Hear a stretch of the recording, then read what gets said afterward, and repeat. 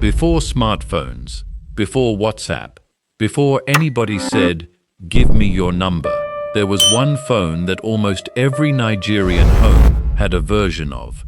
Maybe it was your father's. Maybe it was the one your mother kept in her wrapper that had survived several falls, a wash in the rain, and a drop into a bucket of water, and still came back on the next morning like nothing happened. That phone came from a company that once made almost half of every mobile phone sold on Earth. A company from a small country in Northern Europe, smaller in population than Lagos alone. At its peak, this company was worth more than the entire economy of several nations put together while connecting billions of people. And then, in just a few short years, it lost nearly everything, quietly, while the rest of the world was busy falling in love with a new phone from America. So here is the real question. How does a company that taught the whole world how to talk to each other become almost invisible before most of us even noticed it was happening? If you grew up anywhere near the late 90s or the 2000s, you already know Nokia.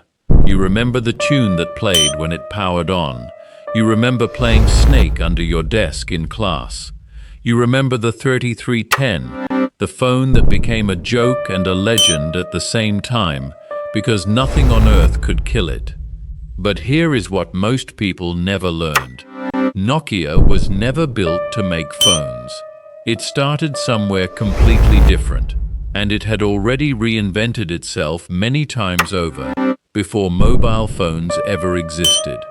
That habit of constant reinvention is what turned it into the biggest name in communication history. And that same habit is what quietly disappeared right when the company needed it most. So, was Nokia destroyed by Apple? Or did Nokia start destroying itself long before the iPhone ever came out? To understand that, we go back almost 160 years to a small river in Finland. In 1865, a mining engineer named Frederick Idestam built a wood pulp mill along a river in southwestern Finland.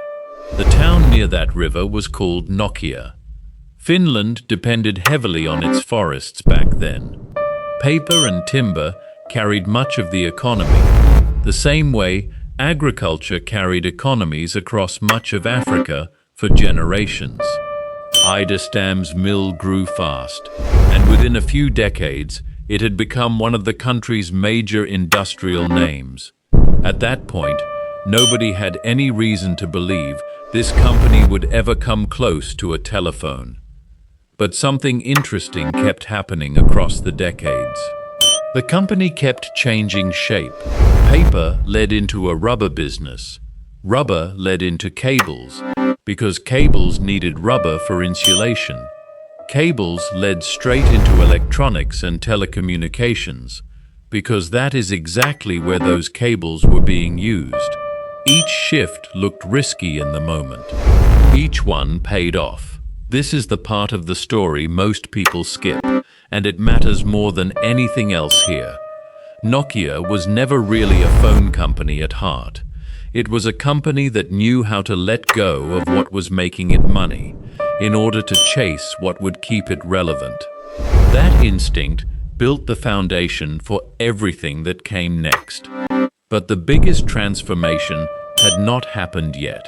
A man was about to make a decision that almost everyone around him believed was reckless. By the late 1980s, Nokia had grown into a strange, sprawling company.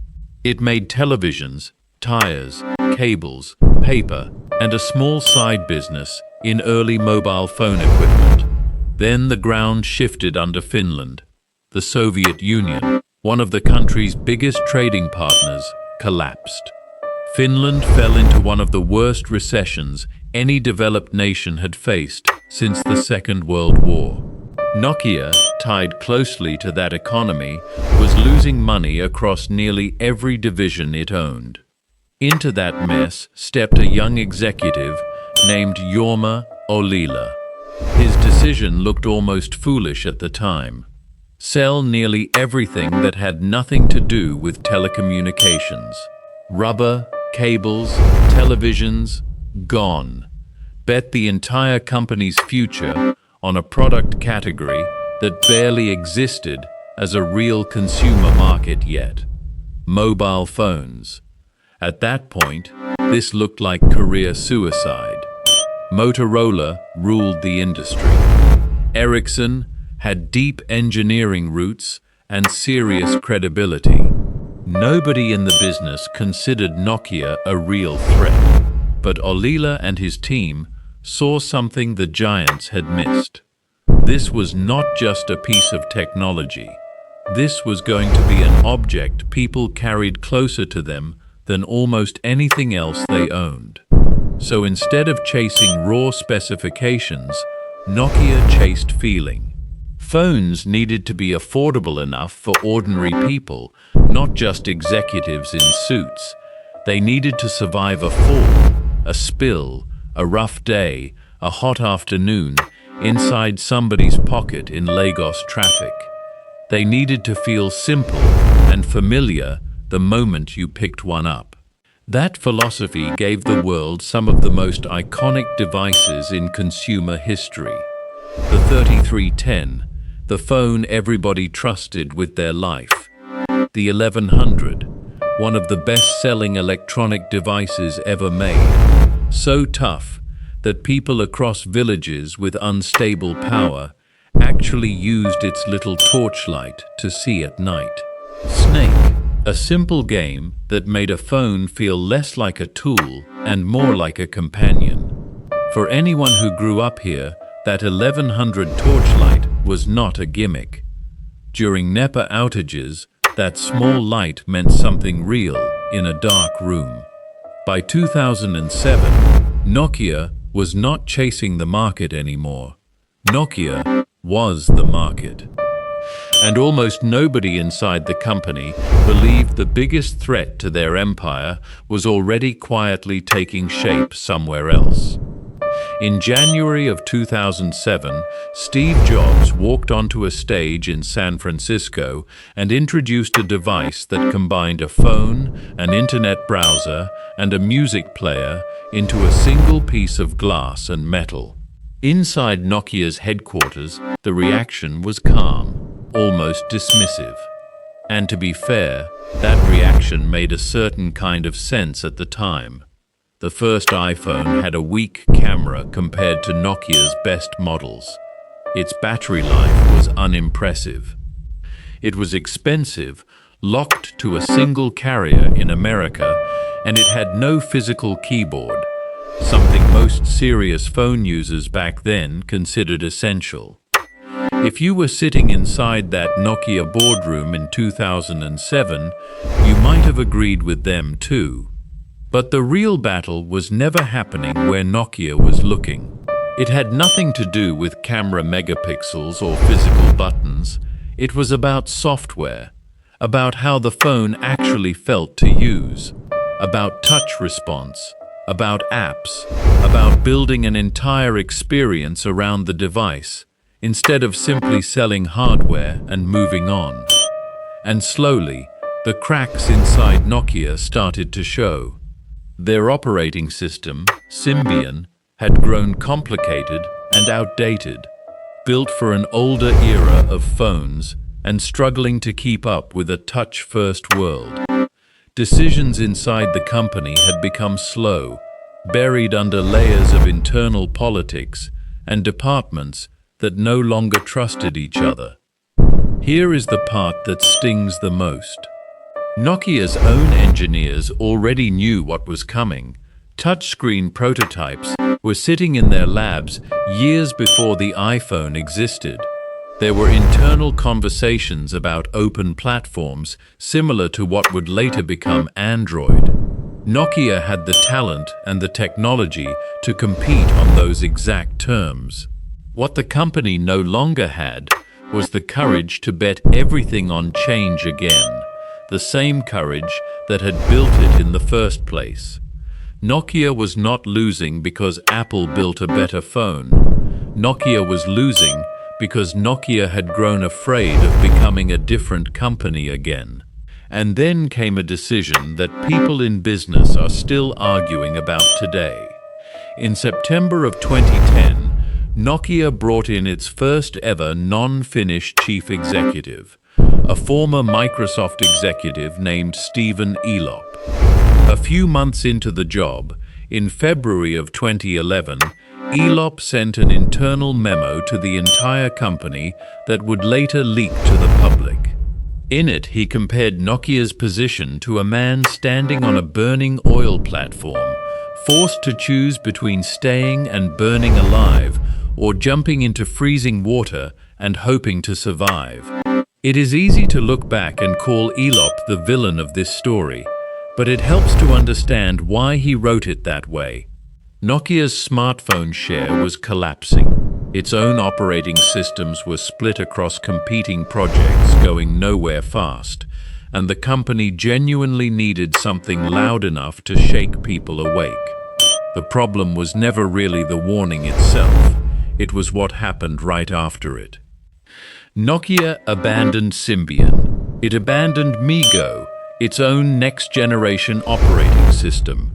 Instead, it placed its entire smartphone future in the hands of Microsoft's Windows Phone, a platform with a tiny fraction of the apps that iOS and Android already had.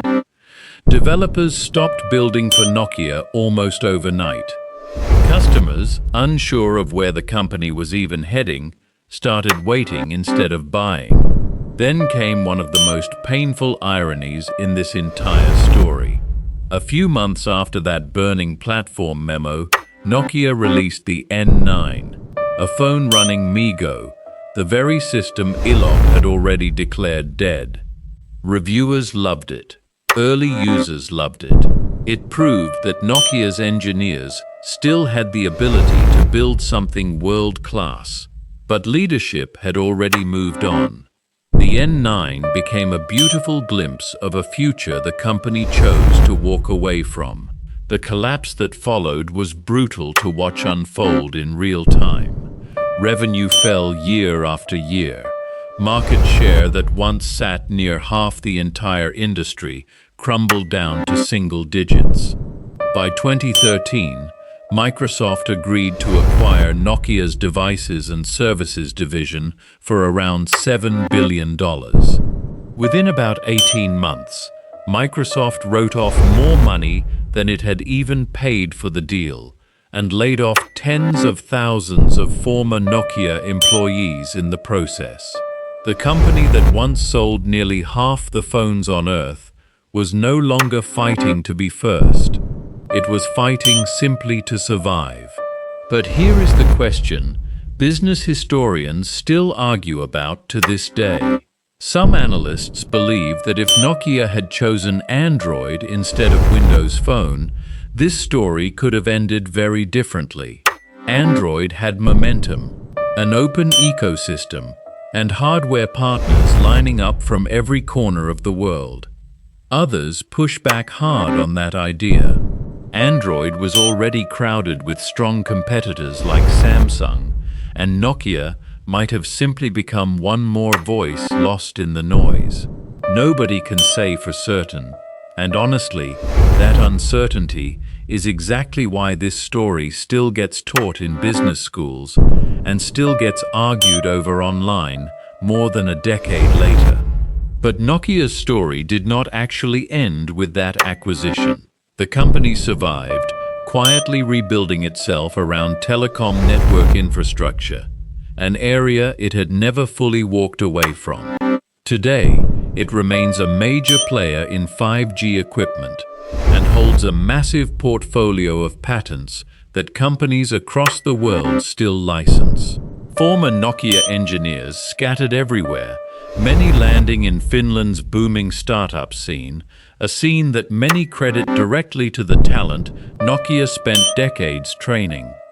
Nokia did not disappear because it stopped innovating. It disappeared because it stopped believing it needed to reinvent itself again.